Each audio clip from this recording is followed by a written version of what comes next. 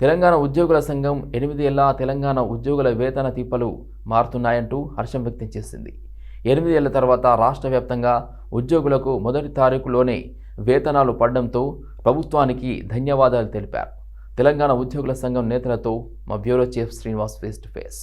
ప్రభుత్వ ఉద్యోగులకు వేతన కష్టాలు తీరాయి. దాదాపు 8 ఏళ్ల పాటు ఏ రోజు వేతనం వస్తుందా అని ఎదురు చూడాల్సిన పరిస్థితి నుంచి ఒక నిర్దిష్టమైన రోజు వేతనాలు పడతాయనే భరోసా ఈ ప్రభుత్వం కల్పించినట్లు తాజా ఉత్తర్వులతో తెలుస్తూ ఉంది. ఈరోజు మొదటి రోజే మొదటి రోజే ఫస్ట్ తారీఖునే జీతాలు పడడంతో ఉద్యోగులంతా హర్షం వ్యక్తం చేస్తున్న పరిస్థితి. మనతో ఇదే అంశంపై మాట్లాడేందుకు తెలంగాణ ఉద్యోగుల సంఘం అధ్యక్షులు రవీందర్ ఉన్నారు, అలాగే నరసింహరావు ఉన్నారు.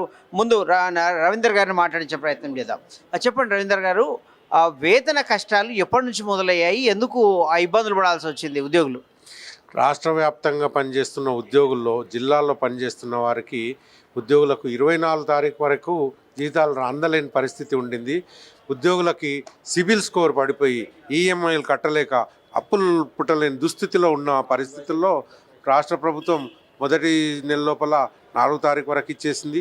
ఈరోజు మాత్రం రాష్ట్ర వ్యాప్తంగా పనిచేస్తున్న ఉద్యోగులకి పెన్షన్లకి ఫస్ట్ నాడే శాలరీసు పెన్షన్లు వాళ్ళ ఖాతాల్లో జమ చేయడం జరిగింది. ఉద్యోగస్తులు జిల్లాల్లో పనిచేస్తున్న వాళ్ళు మాకు ఫోన్లు చేసి ఈరోజు మొదటిసారి వచ్చినాయన్న మాకు జీతాలన్నీ చెప్తా ఉన్నారు. వాళ్ళందరి తరఫున మేము తెలంగాణ ఉద్యోగుల సంఘం గౌరవ ముఖ్యమంత్రి రేవంత్ రెడ్డి గారికి కృతజ్ఞతలు తెలియజేస్తూ ఉన్నాము. ఆర్థిక క్రమశిక్షణను పాటించడం వల్ల మనసు ఉంటే ఉద్యోగస్తులకి పని చేయించుకున్నాం, వాళ్ళకు టైంకు జీతాలు ఇవ్వాలనే మనసు ఉండడం వల్ల ఆర్థిక క్రమశిక్షణ. రవీందర్ గారు, ఈ పరిస్థితి, ఈ వేతనాలు సకాలంలో పడ్డ ఇబ్బందులు ఎప్పటి నుంచి మొదలైనాయి, దానికి ఏం కారణం అయి ఉంటుంది? గత ప్రభుత్వం మొదటి విడతలో 2 సంవత్సరాలు బాగానే వచ్చినాయి. తర్వాత సుమారు 8 సంవత్సరాలుగా ఈ పరిస్థితులు ఎదుర్కొంటున్నారు. సచివాలయము హెచ్ఓ డిపార్ట్మెంట్లో కొన్ని తప్ప మిగతా అన్నింటిలో కూడా 5 తారీఖు నుంచి 24 తారీఖు వరకు జీతాలు జమ అయిపోయే పరిస్థితి ఉంది. ఈఎంఐలు కట్టలేక బ్యాంకుల నుంచి సిబిల్ స్కోర్ పడిపోతుంది. వాళ్ళు మా జీతం రాలేదు. ఈ టోకెన్ సిస్టమ్ ఉండడం వల్ల ఫైనాన్స్ డిపార్ట్మెంట్ వాళ్ళు కొందరు చేతుల్లో పెట్టుకొని ఆలస్యం చేయడం జరిగింది. చెప్పండి నర్సింగ్ గారు, మీరు గ్రేటర్ హైదరాబాద్ ఉద్యోగుల సంఘానికి అధ్యక్షులుగా ఉన్నారు.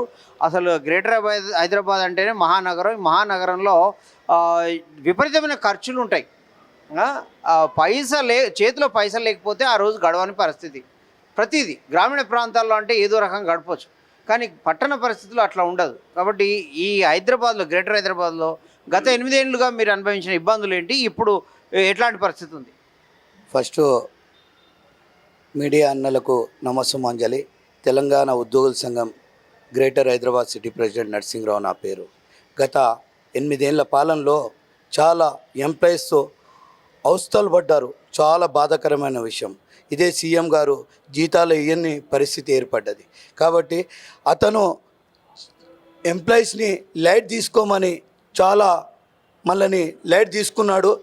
ఆ ఎలక్షన్ వచ్చిన తర్వాత మేము బి లైట్ తీసుకొని కొత్త ప్రభుత్వం గెలిపేయడం జరిగింది. ఈ ప్రభుత్వంలో 8 ఏళ్ల పాలనలో ఒక్క ఏడాది లోపే మా రేవంత్ రెడ్డి అన్న ఎంప్లాయీస్కి గుండెల్లో పెట్టుకొని నడిపిస్తుండంటే చాలా ఆనందం పడవలసిన విషయం ఇది. ఇప్పుడు ఈ తీసుకున్న నిర్ణయాల ప్రకారము అవి కూడా తీరుస్తారన్న ఆశాభావాన్ని వాళ్ళు వ్యక్తం చేస్తున్నారు. మొత్తం మీద గత 8 ఏళ్లుగా ఇబ్బందులు పడుతున్న ఉద్యోగస్తులకైతే కొత్త ప్రభుత్వంలో ఒక ఊరట లభిస్తుందన్న అభిప్రాయం వారి నుంచి వ్యక్తం అవుతున్న పరిస్థితి. Video journalist Srinivas, city vision, Hyderabad.